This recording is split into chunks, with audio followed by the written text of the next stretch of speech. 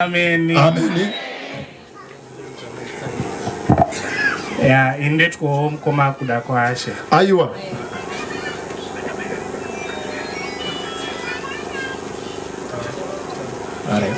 Indet ko koma kuda cheptanga ndoda kutanga nekuti ndawona simakusini.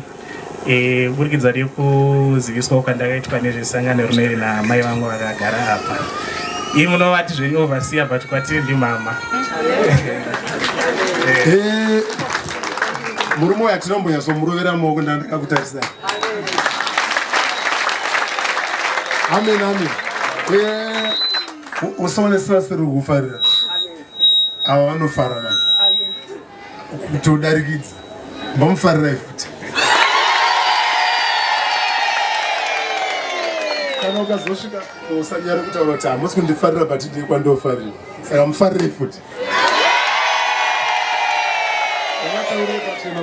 Hamusi kundifarira but ndine kwandinofarirwa. Vakatoti one day futi kwete vatatu iyi.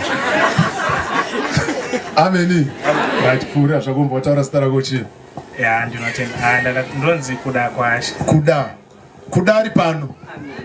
Kana maenda munoti kuda ivapo.